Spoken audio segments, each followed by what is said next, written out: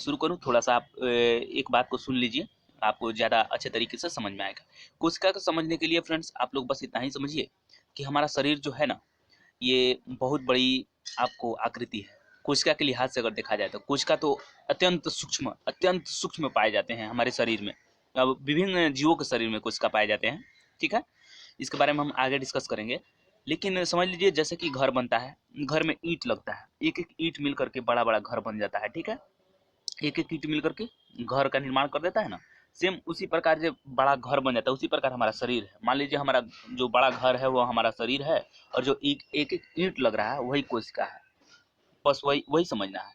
तो कहने का मतलब कि प्रत्येक जीव का शरीर जो है कोशिकाओं के मिलने से बना है। प्रत्येक जीव का शरीर, चाहे वो हम हो या मानव हो, बिल्ली हो, गाय हो, मतलब जितने जीव आप देख सकते हैं वे सारे के सारे जीवों का निर्माण जो है यही कोशिकाओं के मिलने से ही हुआ होता है, ठीक है।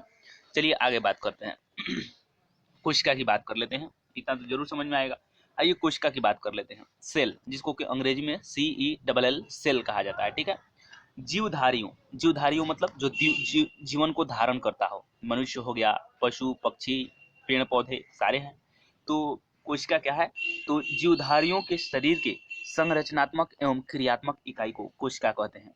संरचनात्मक तो समझ में आ रहा है कि हमारा शरीर किन किन चीजों से, इतना बड़ा जो हमारा स्ट्रक्चर शरीर बना हुआ है वो सारा छोटे छोटे कोशिकाओं से मिलकर बना है, ठीक है। कोशिका के मिल करके हमारा शरीर बना है। इसको और अच्छे तरीके से हम फिगर में आपको बताए हुए हैं नीचे, आप लोग चिंता न कीजिए, बिल्कुल अच्छे तरीके से समझ में आएगा, ठीक है। तो जीवधारियों का शरीर जो है संरचनात्मक मतलब क्या, स्ट्रक्चरल, बनावट कैसे है, बनावट किसी भी चीज का बनावट जो होता है वो वही संरचना कहलाता है। एवं क्रियात्मक मतलब वो काम भी करता है। अगर ऐसा कहा जाए कि कोशिका के अंदर, शुरू के दौर में तो कोशिका की जानकारी ही नहीं थी, लेकिन जब कोशिका की जानकारी होती है तो काफी अरसे बाद, कोशिका की खोज के काफी अरसे बाद यह पता चला कि कोशिका के अंदर भी बहुत सारे कोशिकांग पाए जाते हैं, अर्थात कोशिका के भी अंग होते हैं, ठीक। और उसके अंदर भी बहुत सारी क्रियाएं विधि संचालित होते रहती हैं, ठीक है। तो उसको भी हम लोग समझने का प्रयास करेंगे, ठीक है फ्रेंड्स। तो चलिए हम लोग देखते चलते हैं। उतना समझ में आ गया कोशिका क्या है। तो शरीर के संरचनात्मक तथा क्रियात्मक इकाई है, यूनिट। यूनिट यूनिट का मतलब एक एक एक मिल करके निर्माण किया है। जिस प्रकार घर का निर्माण एक एक ईंटा करता है, एक ईंटा, एक ईंट, दो ईंट, तीन ईंट, इस प्रकार से मिलकर घर का निर्माण करता है, इमारत का निर्माण करता है, उसी तरह हमारा शरीर भी जो है एक एक कोशिका के मिलने से बना हुआ है, ठीक, यूनिट है। तो कौन कौन काम करता है, तो स्ट्रक्चरल है, संरचनात्मक, और दूसरा क्या है, क्रियात्मक, क्योंकि विभिन्न क्रिया भी इसमें संपादित होती है, ठीक है। इसको हम लोग देखने का प्रयास करेंगे आगे कौन सी क्रियाएं संपादित होती है, ठीक है। अब बात करते हैं कोशिका के निर्माण की। कोशिका का निर्माण आपको बात करते हैं कि कोशिका का निर्माण आखिर हुआ किन चीजों से होता है, ठीक। तो कोशिका का निर्माण फ्रेंड जीव द्रव्य से हुआ होता है, ठीक। प्रोटोप्लाज्म, जिसको अंग्रेजी में हम क्या कहते हैं, तो प्रोटोप्लाज्म। तो जीव का मतलब जिसमें जीवन लायक आपको संभावनाएं पाई जाती हो, जीव, समझ रहे हैं। और द्रव्य क्या है, जीव द्रव्य क्या कहलाएगा, वैसा द्रव्य, द्रव्य मतलब मैटर, पदार्थ। तो जीव द्रव्य है तो वैसा पदार्थ जिसमें जीवन के लिए संभावनाएं पाई जाती हो, वही कहलाएगा आपको जीव द्रव्य। तो प्रोटोप्लाज्म की बनी होती है, ठीक है। कोशिका का निर्माण किन चीजों से हुआ होता है, तो प्रोटोप्लाज्म से। अब प्रोटोप्लाज्म में फ्रेंड्स आपको विभिन्न रासायनिक तत्व जो है संयोजन कर यौगिक के रूप में रहते हैं। विभिन्न रासायनिक तत्व, अब जैसे कि रासायनिक तत्व कौन कौन से, अकार्बनिक भी हो सकते हैं और कार्बनिक भी हो सकते हैं, ठीक है। क्या होते हैं, मिल करके और यौगिक के रूप में विद्यमान रहते हैं। यौगिक क्या होता है फ्रेंड्स, आप लोग पूछिएगा। तो यौगिक, आपको मिक्सचर तो समझ रही होइएगा ना, मिक्सचर समझ में आ रहा है कि दो चीजें जब मिलाते हैं तो मिक्सचर होता है। लेकिन वो किसी भी अनुपात में मिला देते हैं, ठीक है। दो चीजों को मिला दीजिए, आप नए चीज जब बन जाता है वही आपको मिक्सचर कहलाता है। लेकिन यौगिक की जब बात करेंगे तो निश्चित अनुपात में मिलता है, 1:2, 3:5, मतलब वो निश्चित अनुपात होगा। मतलब पहले पदार्थ की मात्रा निश्चित होगी और दूसरे पदार्थ की मात्रा निश्चित होगी, और तब परस्पर अभिक्रिया रिएक्शन करेगा, ठीक है। तो उसके बाद जो प्रोडक्ट बनेगा वही होता है आपको यौगिक, ठीक है। तो वो उनका जो है अनुपात निश्चित नहीं होता है यौगिकों का, ठीक। समझ में रखिए, केवल मिश्रण यौगिक अलग अलग चीज है, लेकिन मिश्रण से यौगिक आप लोग समझ सकते हैं, ठीक है। आइए बात करते हैं अब जो अकार्बनिक यौगिक कौन कौन से होते हैं। अकार्बनिक कहने का मतलब वैसे यौगिक जिसमें कि कार्बन नहीं पाए जाते हैं। तो जल, जल का अणु सूत्र क्या होता है, H2O। इसमें कार्बन पाया जाता है, नहीं ना पाया जाता है, नहीं पाया जाता है। उसी प्रकार लवण, लवण NaCl हो जाएगा, sodium chloride, sodium bromide, sodium iodide, इसी तरीके से हो सकता है, ठीक है। इस तो ये अकार्बनिक पदार्थ हो गए, ठीक है, जल और लवण के रूप में पाए जाते हैं।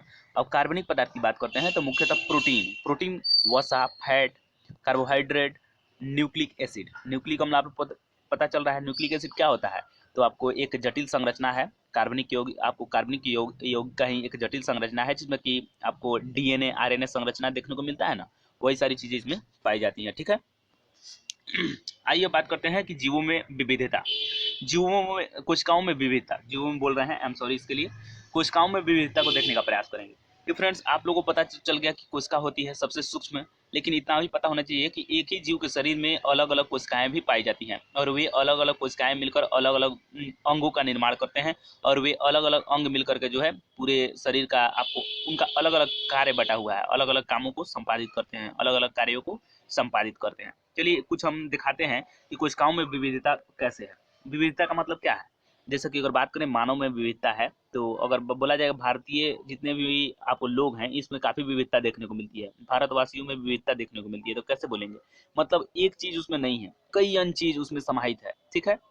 कहने का मतलब ये कि यहाँ के देखिए बहुत सारे लोग अलग अलग भाषा, रस्म रिवाज, रीति परंपरा, धर्म को मानने वाले, ठीक, अनेकों प्रकार के चीजें इसमें देखने को मिलती है। माने विषमताएं आपको देखने को मिलती हैं। इसको विषमता नहीं बोलना चाहिए, विविधता नाम से जो है इसको सुशोभित किया गया है, ठीक है। तो ये समझ में आया होगा कोशिका में विविधता को लेकर के, ठीक। उसके बाद बात करते हैं शेप के बारे में, ठीक है। कोशिका में विविधता को सबसे पहले हम 3 पॉइंट में बात करके देखेंगे। एक तो शेप अर्थात रूप में, और दूसरा देखेंगे आकार में, और तीसरा देखेंगे उनकी संख्या में, ठीक है।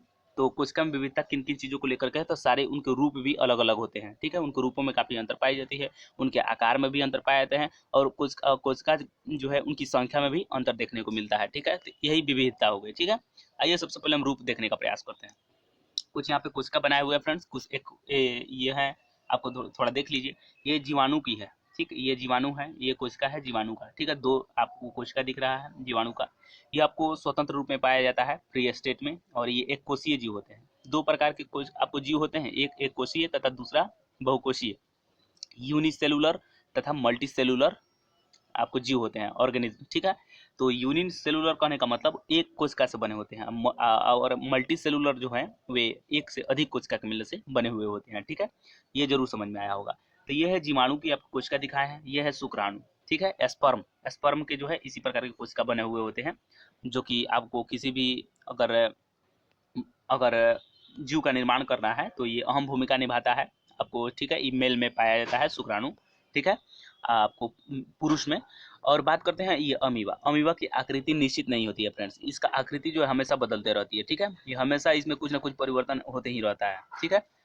तो ये अमीबा है, और बीच में जो है केंद्रक पाया जाता है। इन सारी देखिए यहाँ पर केंद्रक पाया जाता है, यहाँ पर केंद्रक पाया जाता है। ये जरूरी नहीं है कि सारे के सारे कोशिका में केंद्रक पाए जाते हैं, कुछ ऐसे कोशिका भी हैं जिसमें कि केंद्रक नहीं पाए जाते हैं, ठीक है। तो अमीबा में पाया जाता है, शुक्राणु में पाया जाता है। और बात करते हैं अस्थि कोशिका। देखिए सारे के आकार अलग अलग दिख रहे हैं कि नहीं। ये अस्थि कोशिका, अस्थि मतलब हड्डी, हड्डी भी कोशिका के मिलने से बनी होती है। हड्डियों का भी सबसे सूक्ष्म जो होता है वो ये इसी प्रकार की कुछ आकृति होती है, ठीक है। बात करते हैं तंत्रिका कोशिका। तंत्रिका कोशिका आप लोगों को समझ में आ रहा होगा। तंत्रिका कोशिका क्या होता है फ्रेंड्स?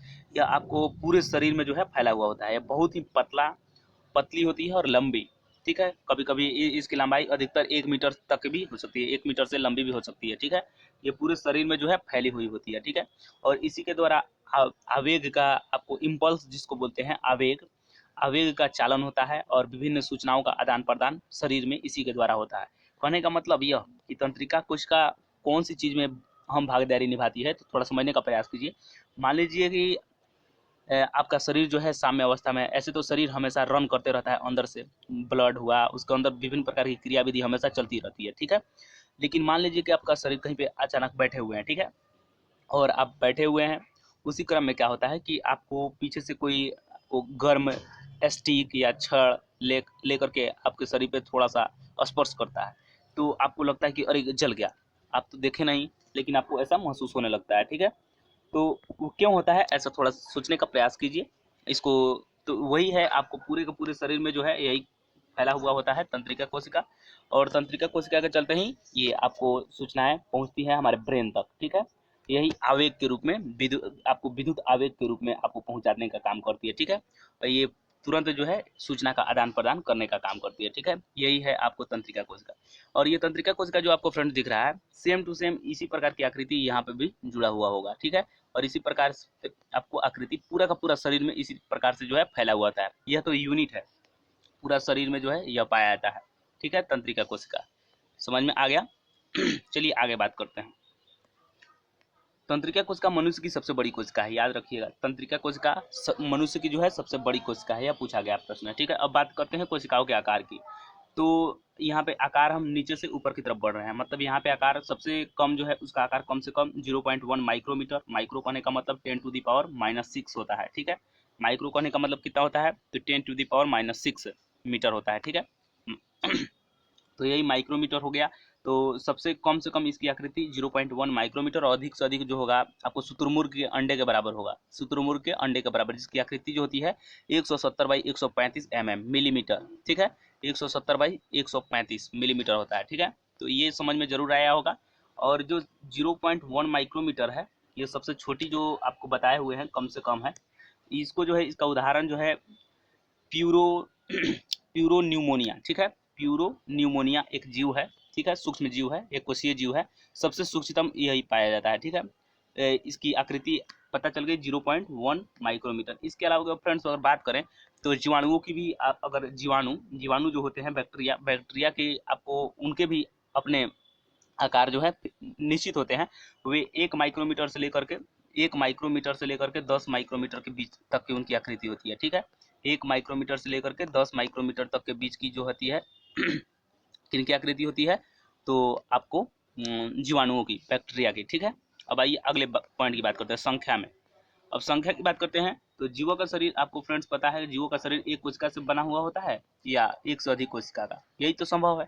एक कोशिका से बना हुआ होगा या नहीं तो अधिक कोशिका से, एक से अधिक कोशिकाओं के मिलने से बना हुआ होगा। ठीक है, अब बात करते हैं एक कोशिका के जो मिलने से बना हुआ होता है उसको एक कोशीय जीव कहते हैं, अर्थात यूनिसेलुलर ऑर्गेनिज्म। और जो एक कोशिका से अधिक आप कोशिकाओं से मिलकर बना होता है, एक से अधिक कोशिकाओं के मिलने से बना होता है, उसको कहते हैं बहुकोशीय जीव। ठीक, मल्टी सेलुलर ऑर्गेनिज्म। ठीक, इतना जरूर समझ में आया होगा कि मल्टी सेलुलर ऑर्गेनिज्म क्या होता है। ठीक है, चलिए बात करते हैं, इसमें उदाहरण देख लेते हैं फ्रेंड्स।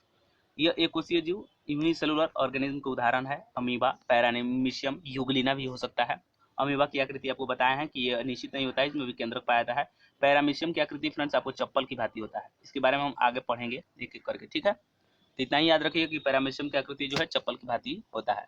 बहुकोशीय जीव की बात करते हैं, मल्टी सेलुलर ऑर्गेनिज्म की। ठीक है, जैसे कि मनुष्य हो गया, कुत्ता हो गया, बिल्ली हो गया, इसमें बहुत प्रकार की जो है कोशिकाएं पाई जाती हैं, एक से अधिक कोशिका पाई जाती हैं। ठीक है, और बात करें 60 केजी का कोई मनुष्य है तो उसमें कोशिकाओं की संख्या अगर बात करें तो 60 केजी का अगर मनुष्य है तो 60 और गुना 10⁻, आपको 15 10⁻15 कर दीजिए, मतलब आपको 60 कर दीजिए। अगर 60 किलो का कोई मनुष्य है उसको लेकर के, और 10 आपको एक पर आपको 15 जीरो बैठा दीजिए। ठीक है, और इसको गुना कीजिए, मल्टीप्लाई कीजिए, और जितना आएगा उतना ही हमारे शरीर में जो है कोशिका होता है। ठीक है, मतलब 60 किलो के लिए। अब समझ लीजिए वजन के हिसाब से जो है जितना वजन होगा केजी में, उतना में आप 10⁻, आपको 15 में से गुना कर लीजिएगा, आपको पता चल जाएगा। ठीक है, तो ये आपको पता चला होगा कि फ्रेंड्स कितना जो है इनमें कोशिकाओं की संख्या होती है। ठीक है, और फ्रेंड्स एक और बात बता देना चाहते हैं कि जो जीव जितना ही बड़े होते हैं उनमें कोशिकाओं की संख्या उतना ही अधिक होती है। ठीक है, शुरू के दौर में एक ही कोशिका थे, आपको एक बहुकोशीय जीवों का निर्माण एक कोशिका से ही हुआ है,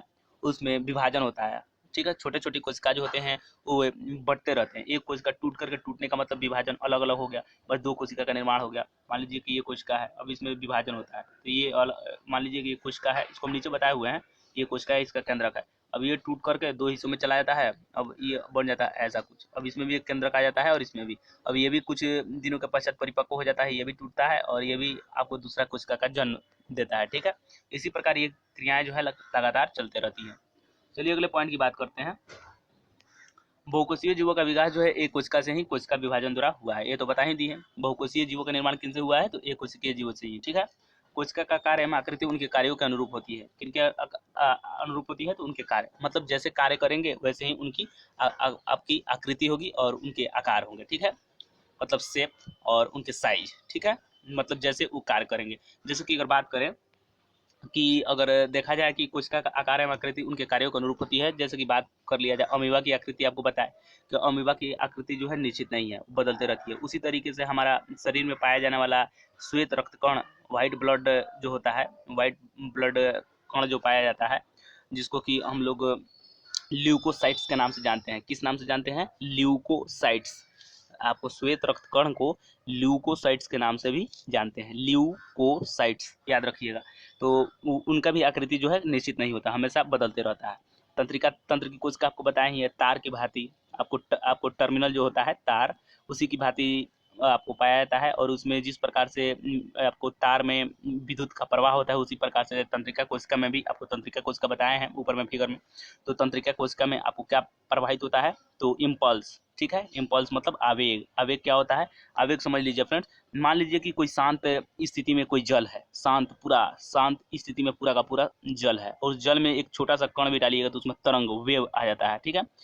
उसी प्रकार हमारे शरीर में भी हमेशा अशांति अवस्था में, एक साम्य अवस्था में पाया जाता है स्थिति, ठीक है। इसमें थोड़ा भी कोई भी अगर काम होता है, कोई चींटी काट लेती है या कोई गर्म चीज हमारे स्पर्श होता है, या इस प्रकार की कोई भी घटना अगर हमारे शरीर के साथ होती है तो तुरंत जो है इन्फॉर्म सूचना हमारे मस्तिष्क तक पहुंचता है, ठीक है। तो ये जरूर आपको समझ में आया होगा। अब आइए बात करते हैं जीवन की व्यवस्था के स्तर। जीवन व्यवस्था के स्तर किस प्रकार से है, जीवन व्यवस्था आपको बने हुए हैं, ये जो शरीर बना हुआ है किस प्रकार से बना हुआ है, आइए इसको हम लोग समझने का प्रयास कर लेते हैं, ठीक है।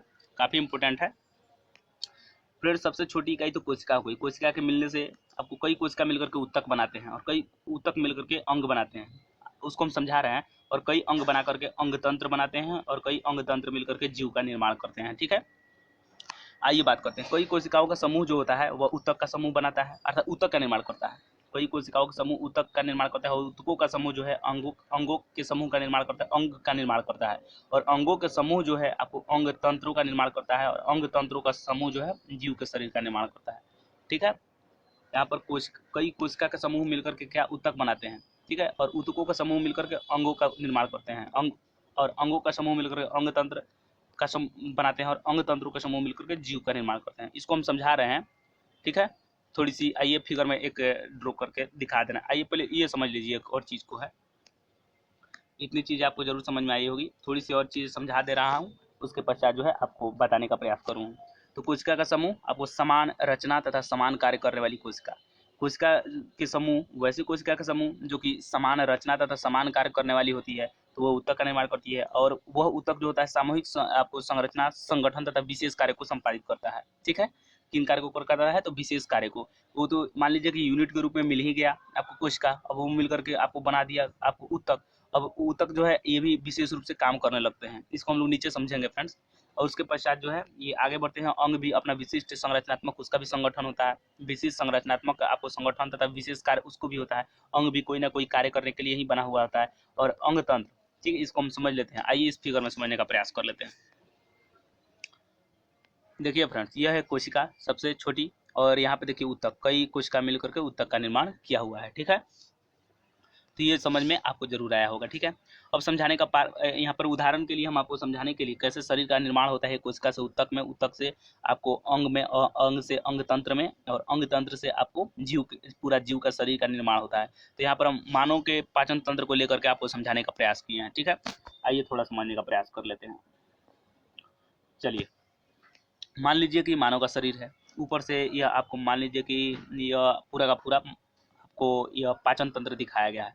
पाचन तंत्र में बेसिकली कौन कौन सी चीज़ें होती हैं थोड़ा समझा दें, ठीक है। यह आपको नसिका है, ठीक, नसिका, और यह मुख गुहा है, ठीक है। यह यही से आपको मुख द्वार है, आपको यही से हम लोग भोजन लेते हैं, अंत्र ग्रहण करते हैं। और उसके पश्चात ये ग्रास नली से होते हुए ये धीरे धीरे धीरे धीरे नीचे जाता है, और यह है आपको अमाशय। क्या है? अमाशय। अमाशय में जाता है, अग्नाशय है, यह यकृत है, ठीक है, यह डायफ्राम है।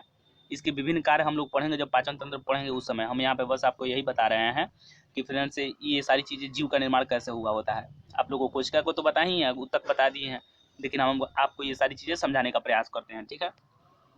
ये हो गया आपको अग्नाशय, और ये हो गया फ्रेंड्स आपको क्या, तो ये हो गया आपको बड़ी आंत, और ये है आपको मल द्वार, ठीक है। ये है आपको मल द्वार, और ये है आपको छोटी आंत, फ्रेंड्स ये छोटी आंत जो पीली वाली दिख रही है ये छोटी आंत है। नाम तो छोटी है लेकिन ये वास्तव में बड़ी होती है। ठीक है, नाम भले ही इसकी छोटी आंत है लेकिन वास्तव में ये बड़ी होती है, क्योंकि ये कुंडलित आकृति में होती है। ऐसे ऐसे कुंडलित, ये कुंडलित अवस्था में होती है, इसी कारण जो है इसकी लंबी आकृति होती है, लेकिन कम इस जगह में आपको अवस्थित होती है। ठीक है, तो ये चीज़ आपको पता चल गया। यह है लार ग्रंथि। लार ग्रंथि भोजन को जो है आपको इंजाइम प्रदान करता है और पायस बनाने में, भोजन को पायस बनाने में काफ़ी मददगार साबित करता है। ठीक है, जिससे कि भोजन आसानी से पच सके। लार में वे आपको पाई जाती हैं, वैसी आपको प्रक्रियाएं पाई जाती हैं, वैसे गुण पाए जाते हैं। ठीक है, तो आइए अब हम आपको समझाने का प्रयास करते हैं कि आखिर में कैसे जो है एक जीव का निर्माण होता है। आप लोग को मैंने बताया कि जैसे कि कोई भी अगर कोशिका है, कोशिका के मिलने से ऊतक बनता है। मान लीजिए कि कोई भी कोशिका छोटा छोटा आपको ऊपर में दिखाए थे, जैसे कि मान लीजिए कि यह आपको कोशिका है, कोशिका के मिलने से ऊतक बन गया और ऊतक के मिलने से अंग बनेगा। अंग बनेगा ना, तो मान लीजिए कि मुंह है, मुंह बनेगा तो मुंह आपको अंग हो गया। ठीक, उसके पश्चात आपको ग्रास नली हो सकता है, ये भी आपको अंग है। ये आपको लार ग्रंथि है, ये भी आपको अंग है। ठीक है, उसके बाद बात करते हैं अग्नाशय की। ठीक है, ये क्या है, अमाशय। ये अमाशय भी एक अंग है। ठीक है, लेकिन सारा का सारा अलग अलग स्ट्रक्चर दिख रहा है ना, इसका भी अलग अलग कार्य भी है। मुंह का खाने का काम है, लाल ग्रंथि का अलग काम है, अमाशय का अलग काम है, हम लोग यकृत का अलग काम है, ये डायफ्राम का अलग काम है, ये अग्नाशय का अलग काम है। देखिए आकृति भी अलग अलग है और सबका काम भी अलग अलग है, लेकिन सब मिले हुए हैं आपको कोशिका के मिलने से ही बने हुए हैं। और कोशिका किन से मिला बनकर आपको कोशिका के मिलने से क्या बने हैं, पहले ऊतक, और वहीं ऊतकों के मिलने से आपको ये विभिन्न प्रकार के अंग बने हुए हैं। अब ये अंग पूरे के पूरे मिल करके फ्रेंड्स एक अंग तंत्र का निर्माण करते हैं। तो ये पूरे अंग जो मिले हुए हैं, छोटे छोटे अंग, ये अमाशय, अग्नाशय, आंत, यकृत, ये पूरे के पूरे एक पाचन तंत्र का निर्माण कर रहे हैं। एक अंग तंत्र कौन हो गया, तो ये पाचन तंत्र। अंग तंत्र कौन हुआ, तो एक पाचन तंत्र है। ठीक है, तो इस पाचन तंत्र का निर्माण जो है यही सारे मिलकर के किए हुए हैं। समझ में आ गया होगा आपको। और यही पाचन तंत्र जब मिल गया है तो ये तो हुआ अंग तंत्र। और इसी प्रकार के मान लीजिए कि आपको श्वसन तंत्र भी हो सकता है, परिसंचरण तंत्र भी हो सकता है, और आप उत्सर्जन तंत्र भी हो सकता है। ठीक, जनन तंत्र भी हो सकता है। तो ऐसे शरीर में बहुत सारे तंत्र बने हुए, पेशीय तंत्र भी हो सकता है। ठीक है, तंत्रिका तंत्र हो सकता है। ठीक, तो शरीर में पूरे का पूरे शरीर में ऐसे बहुत सारे तंत्र बने हुए हैं, और ये पूरे के पूरे तंत्र मिलकर के ही, अंग तंत्र मिलकर के ही शरीर का निर्माण करते हैं। तो ये शरीर में आपको समझ में आया होगा कि पाचन तंत्र कैसे हो गया। तो ये है आपको अंग तंत्र। ठीक है, ये अंग तंत्र पूरा का पूरा बोलते हैं इसको। तो ये पाचन तंत्र है और ये अंग तंत्र ही है। अंग तंत्र के अंतर्गत कौन अंग तंत्र है, तो ये पाचन तंत्र है। और अंग तंत्र दूसरा भी हो सकता है, जैसा कि मैंने बताया, पाचन तंत्र के अलावा उत्सर्जन तंत्र हो सकता है, परिसंचरण तंत्र हो सकता है। ठीक है, तो ये हम आगे बात करेंगे, ये आपको जरूर समझ में आया होगा फ्रेंड्स। ठीक है, अब आइए बात करते हैं कोशिका की खोज कैसे होती है। ठीक है, काफी इंपॉर्टेंट है। कोशिका की खोज के बारे में थोड़ा सा हम लोग चर्चा कर लेते हैं। Robert Hooke. Robert Hooke friends एक आपको दार्शनिक है, आपको रहने वाले ब्रिटेन के, अमेरिका के निवासी हैं। देखिए ये यूरोप का मैप है और यहीं पे आपको आपको पड़ता है यूनाइटेड किंगडम। ठीक है, यही है आपको यूनाइटेड किंगडम, यही पड़ता है आपको ब्रिटेन। ठीक है, तो इतना आपको जरूर समझ में आ गया होगा। रॉबर्ट हुक थे आपको ब्रिटेन के रहने वाले एक प्राकृतिक दार्शनिक, नेचुरल आपको फिलोसफर थे, नेचुरल फिलोसफर। ठीक है, प्राकृतिक दार्शनिक थे रॉबर्ट हुक। ठीक है, इन्होंने ब्रिटेन निवासी थे। 1665 ईस्वी में क्या किया, तो माइक्रोस्कोप का निर्माण किया।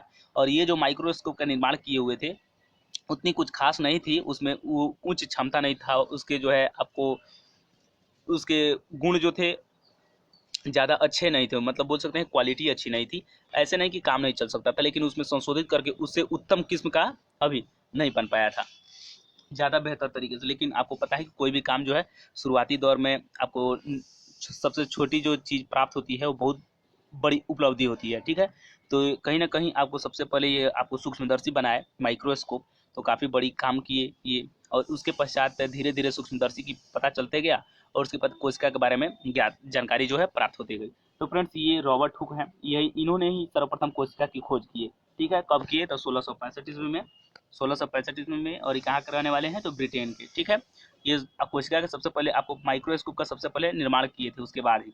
आइए हम देखते हैं कि ये कैसे खोज किए थे रॉबर्ट हुक ने। सर्वप्रथम कॉर्क की एक पतली काट लिए थे। काट का मतलब क्या होता है फ्रेंड्स, जैसे कि आप लोग मान लीजिए कि जैसे कि 5 रुपए का आप सिक्का देखे हुए हैं ना, 5 रुपए का सिक्का, तो 5 रुपए का सिक्का का जो सतह मान लीजिए वो काट हो गया। ठीक है, मतलब आपको काट का मतलब कॉर्क कहने का मतलब कॉर्क जो है आपको छाल होता है, पेड़ पौधे का एक छाल होता है विशेष रूप से, जैसे कि ओक एक पेड़ है, देवदार, ये विभिन्न प्रकार के पेड़ पाए जाते हैं। उन्हीं के आपको बाहरी छाल जो होते हैं, जो कि बाहरी तापमान तथा वर्षा से, तापमान से रक्षा प्रदान करते हैं आंतरिक भागों को। ठीक है, क्या क्या करते हैं, तो आंतरिक भागों, पेड़ पौधे के आंतरिक भाग को सुरक्षा प्रदान करते हैं। ठीक है, तो कर्क एक पतली काट लिए थे। कर्क आपको समझ में आ रहा होगा कि ये छाल है, बेसिकली क्या है, तो छाल है, पेड़ पौधे की छाल है। तो कर्क की एक पतली काट लिए। पतली काट का मतलब एक छोटा सा टुकड़ा लिए और इसमें ऑब्जर्व करते हैं, देखते हैं अनेक, अब उसमें देखते हैं कि अनेक सूक्ष्म मोटी भित्ति वाले, क्या है, सूक्ष्म, अनेक छोटी छोटी, सूक्ष्म का मतलब अत्यंत छोटा, और भित्ति मतलब दीवाल होता है, मोटी। ये जो देखिए ये दीवाल का काम कर रहा है, ये छोटी छोटी आपको दिख रहा है, छोटी छोटी। देखिए इस फिगर में देखने का प्रयास कीजिए, ये छोटे छोटे आपको खंड दिख रहे हैं कोठरी जैसा, तो ये सारे के सारे यही इनको दिखाई देता है। अनेक सूक्ष्म मोटी भित्ति वाली मधुमक्खी की छतें जैसी कोठरियां, देखिए मधुमक्खी की छती जैसी आपको कोठरियां दिख रही है। इन कोठरियों का नाम ही सेल दिया इन्होंने, सर्वप्रथम इन कोठरियों का नाम ही सेल दिया। लेकिन अभी तक भी यह क्लियर नहीं हो पाया था कि जीवों का शरीर भी जो है कोशिकाओं के मिलने से ही बना हुआ होता है। ठीक है, इन्होंने उस समय इसको सेल दिया नाम। ठीक, इतना जरूर आपको समझ में आ गया होगा। कब दिया, तो 1665 में। सन पूछ लिया जाता है फ्रेंड, सन आप याद जरूर रखिएगा। ठीक है, तो कर्क की एक पतली काट लिए थे। काट का मतलब जब भी हम कहेंगे तो काट फ्रेंड्स वही होता है जो, जैसे कि मान लीजिए कि कोई आप सब्जी, मूली को मान लीजिए, मूली तो आप लोग देखे होइएगा, मूली को 5 रुपये का सिक्के की तरह मोटा मोटा आप लोग काटिए। ठीक, तो 5 रुपये, मान लीजिए कि 5 रुपये का सिक्का है, तो ये पूरा का पूरा जो सरफेस है ना, यही आपको काट कहलाता है। तो आपको मूली जब काटते हैं तो मूली का आपको ऐसा सरफेस जब काटेंगे तो आपको ऐसा कुछ गोलाकार में दिखेगा ना, तो ये पूरा का पूरा क्षेत्रफल ही आपको काट कहलाता है। तो इसी काट में वो देखते हैं, ऑब्जर्व करते हैं। ठीक है, तो उसमें हम पाते हैं कि छोटी छोटी कोठरियां उनको दिखाई दे रही है, जो कि मधुमक्खी के छत्ते जैसी दिखाई दे रही है। ठीक है, उसी का नाम जो है उन्होंने सर्वप्रथम क्या रखा नाम, तो सेल रखा। अब आइए देखते हैं कि कैसे कैसे जो है सेल के बारे में और सारी जानकारी आपको आगे की ओर बढ़ते समय जो है होती जाती है। जैसे जैसे सूक्ष्मदर्शी का जो है आपको संशोधन करके नया उसका मॉडल आया गया, उत्तम किस्म का आपको सूक्ष्मदर्शी बनते गया, आपको संयुक्त सूक्ष्मदर्शी, ठीक, माइक्रोस्कोप जब उत्तम किस्म का बनते गया, उसके पश्चात जो है आपको अच्छे अच्छे तरीके से कोशिका के बारे में जानकारी हासिल होने लगी। ठीक है, तो एक ल्यूवेनहॉक नामक एक वैज्ञानिक थे, डच वैज्ञानिक थे। ठीक, कहाँ के, तो डच, डेनमार्क, ये भी यूरोप में पड़ता है। जहाँ जहाँ जो जो इम्पोर्टेंट है उसका जो है जगह हम बताए हैं, जो इम्पोर्टेंट नहीं है उनका जगह नहीं बताए हैं। ठीक है फ्रेंड्स, तो ल्यून है काफ़ी इंपॉर्टेंट है, लिवन हॉ एक। ठीक है, उच्चारण आप लोग देख लीजिएगा, इंग्लिश में यहाँ पर हम लिख दिए हैं LEUWENHOEK। ठीक है, लियोनहॉक नामक डच वैज्ञानिक ने सर्वप्रथम सन 1674 में स्वतंत्र कोशिकाओं जैसे जीवाणु और प्रोटोजोआ आदि को देखा। क्या किए, आपको सर्वप्रथम 1665 में तो आपको रॉबर्ट हुक महोदय देखे थे, तो वे तो एक कॉर्क के काट में देखे हुए थे। लेकिन ये लियोनहॉक महोदय ने एक स्वतंत्र रूप से फ्री स्टेट में पाए जाने वाले जीवाणु, जीवाणु तो एक कोशीय जीव होते हैं, और उनको देखे थे, और प्रोटोजोआ भी आपको जीव है, एक कोशीय जीव ही है। ठीक है, इसको हम लोग देखने का प्रयास करेंगे प्रोटोजोआ को आगे। ठीक है, उसके बाद क्या होता है कि सन 1831 में रॉबर्ट ब्राउन नामक वैज्ञानिक ने बताया कि प्रत्येक कोशिका में के केंद्र में गोलाकार रचना होती है, और ब्राउन महोदय ने इसे केंद्रक, न्यूक्लियस नाम दिया। अब पता चलता है उसके पश्चात, सबसे पहले तो कोशिका की खोज किए, लेकिन वे काट में देखे। उसके पश्चात आपको उसके पश्चात लियोनहॉक महोदय क्या देखते हैं, लियोनहॉक महोदय आपको फ्री स्टेट में अर्थात स्वतंत्र रूप में आपको कोशिकाओं को देखते हैं जीवाणु और प्रोटोजोआ के रूप में। और उसके बाद 1831 में रॉबर्ट ब्राउन क्या करते हैं, नामक वैज्ञानिक ने बताया कि प्रत्येक कोशिका के केंद्र में गोलाकार रचना होती है, और ब्राउन महोदय ने केंद्रक, न्यूक्लियस नाम दिया। अभी तक ये नहीं पता चला है कि जीवों का शरीर भी कोशिकाओं के मिलने से बना हुआ है। ठीक है फ्रेंड, आगे चलिए अब देखते हैं। अब उसके बाद पुरकिंजे भी एक आपको वैज्ञानिक थे। पुरकिंजे ने सन 1839 में कोशिका के अंदर पाए जाने वाले अर्ध तरल दानेदार सजीव पदार्थ को प्रोटोप्लाज्म या जीव द्रव का नाम दिया। देखिए कोशिका के बारे में भी जानकारी प्राप्त हो रही है, एक कोशिका के बारे में, लेकिन अभी तक सारे लोगों को जानकारी नहीं था कि सारे जीव का शरीर जो है आपको कोशिकाओं के मिलने से ही बना हुआ है। अभी तक इसका बारे में ज्ञान नहीं था, लेकिन कोशिका के बारे में जो फ्री स्टेट में उसके बारे में जानकारी प्राप्त थी। ठीक है, उसके बाद धीरे धीरे आइए उसके पश्चात क्या होता है फ्रेंड्स, कि एक वैज्ञानिक थे, आपको जर्मन के दो वैज्ञानिक थे, जर्मनी के रहने वाले, एक वनस्पति वैज्ञानिक थे और एक जंतु वैज्ञानिक थे। वनस्पति मतलब पादप वैज्ञानिक, पेड़ पौधे से संबंधित, और जंतु से संबंधित ये थे। ठीक है, तो ये वनस्पति वैज्ञानिक 1838 ईस्वी में जर्मन वैज्ञानिक थे। ये 1838 ईस्वी में आपको बताते हैं कुछ चीज़ों को, अर्थात पादपों का शरीर जो है सूक्ष्म कोशिकाओं का बना है। ये वनस्पति वैज्ञानिक जो है ये बताते हैं कि पेड़ पौधों अर्थात पादपों का जो है शरीर सूक्ष्म जीवों का आपको सूक्ष्म कोशिकाओं का बना है। और ये जंतु विज्ञानी जो है 1839 में बताते हैं कि स्वान, इनका नाम जो है स्वान है, और ये बताते हैं कि जंतु का शरीर जो है सूक्ष्म कोशिकाओं से बना है। क्या बताते हैं कि सूक्ष्म कोशिकाओं से बना है। अब जाकर के एक साथ जो है इस मत का प्रतिपादन करते हैं ये दोनों लोग, ठीक, एक साथ मत का प्रतिपादन करते हैं और दोनों लोग एक मत पर प्रतिपादन करके बताते हैं कि कोशिका सिद्धांत का प्रतिपादन करते हैं। कोशिका सिद्धांत का मतलब ये बताते हैं कि जीवों का शरीर, जिसमें जीव है उन सारे जीवों का शरीर का निर्माण जो है कोशिकाओं के मिलने से ही हुआ है। ठीक है, तो यही कोशिका सिद्धांत का प्रतिपादन यही दोनों महोदय ने किए थे, स्वान महोदय और स्लाइडेन महोदय। देख लीजिए यहाँ पर स्लाइडेन है और ये स्वान महोदय, दोनों कहाँ के रहने वाले थे, तो जर्मन वैज्ञानिक, ठीक है, जर्मनी के रहने वाले थे। ठीक है फ्रेंड, तो इतना जरूर आपको समझ में आया होगा। ठीक है, इसमें कोई दिक्कत नहीं हुआ होगा। चलिए आगे बात करते हैं। उसके पश्चात तो पता चल गया कि फ्रेंड्स कि जितने भी जीव हैं उनका निर्माण हुआ है कोशिका के। अब 1855 ईस्वी में क्या होता है, 1855 ईस्वी में बिरचो नामक एक वैज्ञानिक थे। उन्होंने बताया कि नए कोशिका जो है पुराने कोशिका से ही बनते हैं, अर्थात विभाजन उसी में होता है। ठीक, अब देखिए नए नई चीज़ के बारे में पता चलने लगता है, जैसे जैसे समय बीतती जाता है नए नए शोध होते हैं और उसमें और ज़्यादा जो है बारीकी से रिसर्च होता है, अनुसंधान होता है, तो पता चलेगा ही। ठीक है, तो उसके पश्चात जो है 1855 के पश्चात 1861 में मैक्स सूल्ज नामक एक वैज्ञानिक आते हैं और मैक्स सूल्ज नामक वैज्ञानिक ने बताया कि कोशिका जो है प्रोटोप्लाज्म का एक पिंड है। देखिए पहले पता चलता था कि कोशिका के अंदर आपको केवल प्रोटोप्लाज्म होता है अर्थात जीव द्रव, लेकिन बाद में पता चलता है कि प्रोटोप्लाज्म अर्थात जीव द्रव में ही कोशिका आपको डूबा रहता है, उसके अंदर भी पाया जाता है और बाहर भी। ठीक है, मतलब प्रोटोप्लाज्म चारों तरफ होता है। मान लीजिए पूरा का पूरा इसमें प्रोटोप्लाज्म भरा हुआ है और इसमें छोटे छोटे कोशिका पाए जाएंगे। ठीक है, और कोशिका के अंदर भी प्रोटोप्लाज्म पाए जाएंगे। ठीक है, तो ये जरूर आपको समझ में आया होगा। ठीक है, मैक्स सूली ने 1861 में बताया कि कोशिका जो है प्रोटोप्लाज्म का एक पिंड है। पिंड मतलब एक आपको पिंड के रूप में पाया जाता है। पिंड मतलब कोई भी वस्तु से ले सकते हैं।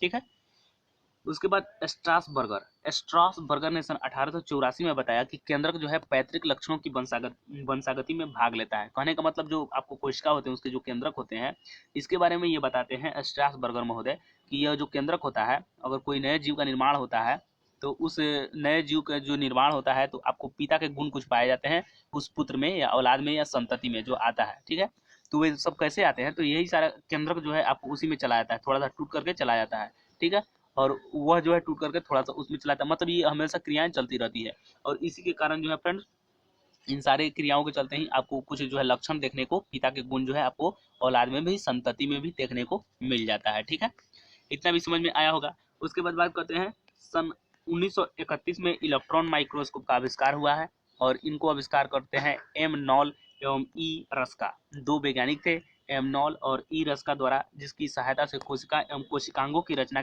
का जो है ज्ञान धीरे धीरे शुरू होता है। कब होता है, सन 1931 में। इलेक्ट्रॉन माइक्रोस्कोप का जब आविष्कार हो जाता है, सबसे छोटी छोटी चीज़ों को भी देखा जा सकता है इलेक्ट्रॉन माइक्रोस्कोप से। ठीक है, काफ़ी आपको ये हाई क्वालिटी बोल सकते हैं, काफ़ी उच्च स्तरीय उच्च गुणवत्ता वाला जो है यह माइक्रोस्कोप है, सूक्ष्मदर्शी है। इससे बहुत ही अध्ययन में आपको बायोलॉजी में, जीव विज्ञान में तो इसके आपको काफ़ी महत्वपूर्ण साबित हुआ है उसके अध्ययन में। ठीक है, काफ़ी छोटी छोटी चीज़ों के बारे में भी इससे पता चल सका है। तो इलेक्ट्रॉन माइक्रोस्कोप का आविष्कार एम नॉल एवं ई रस्का द्वारा हुआ, जिसकी सहायता से क्या होता है, तो कोशिका के अंग को कोशिकांग कहते हैं। तो कोशिका में कौन कौन से अंग है इसके बारे में भी देखा जाने लगा। सबसे पहले तो कोशिका देखा गया और कोशिका को भी जूम कर करके बड़ा कर करके उसके अंदर का भी देखा गया क्या उसमें भी पाए जाते हैं। तो अब अगले अगले वीडियो में हम लोग फ्रेंड्स जानने का प्रयास करेंगे कि कोशिका का जो है अंग कौन कौन से हैं, कोशिका के अंग कहाँ कहाँ पाए जाते हैं और उसमें कौन कौन से अंग हैं, उनके कार्य क्या है, मतलब बनावट देखना है